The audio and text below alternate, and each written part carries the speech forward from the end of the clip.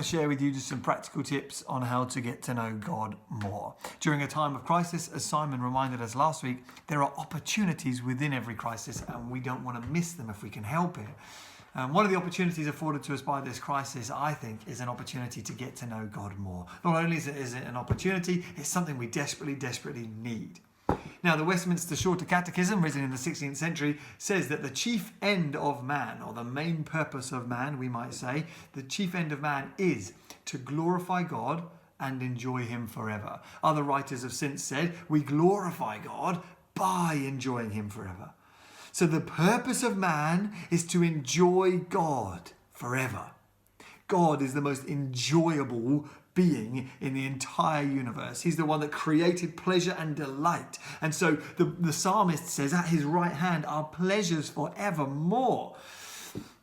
I want to increase the amount I know that being, the one who is the source of all pleasure and contentment and satisfaction and rest and peace.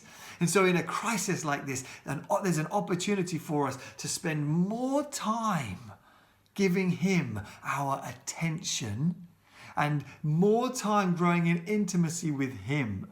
That will do me good. And that, the psalmist says, the Bible says, is the reason we exist, to know him, to enjoy him. So here's one tip on how to enjoy and glorify God, or here's one tip on how to grow in your relationship with God. It had started for me a couple of years ago when I was making a New Year's resolution. And I thought to myself, the resolution I want to make is I want to know God more. That's fine. That's a good resolution. But how am I going to know that in a year I have succeeded at my resolution? I'm a competitive person. I want to know, am I winning? Am I losing? A lot of the time I'm losing when it comes to getting to know God more. So how am I going to get to know God more? I decided one of the ways I can get to know God more is by measuring the amount of time I've spent in prayer and then comparing it a month or a year later. So I recorded the amount I walked a particular prayer track by my house. I have a track that when I walk it, I pray. And for that year, every time I walked it and prayed, I wrote down the number of times that I went round and prayed. It wasn't a large number. It wouldn't impress you. It wouldn't sell books. I'm not trying to impress you. I'm just saying I tried to measure it so that a year later I could revisit that number and think, I'm going to now try to beat it, so that I could know, I think I know God more now than I did a year ago. You see that? I had it measured.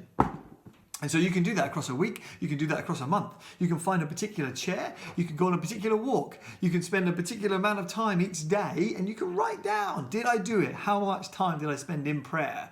And then you can compare and go, I think I know God more now. That's my tip. Measure the amount of time you spend in prayer, not to share it with others. Like I said, I would never tell anyone the amount of times I spent in prayer, partly because it's not very impressive and you would all be disappointed in me. But mainly because it's not a competition with the world, it's a competition with myself. I want to know God more.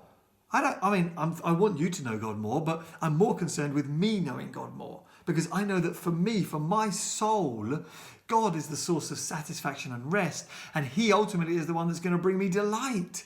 Do you see that? And so I want across my lifetime to know him more.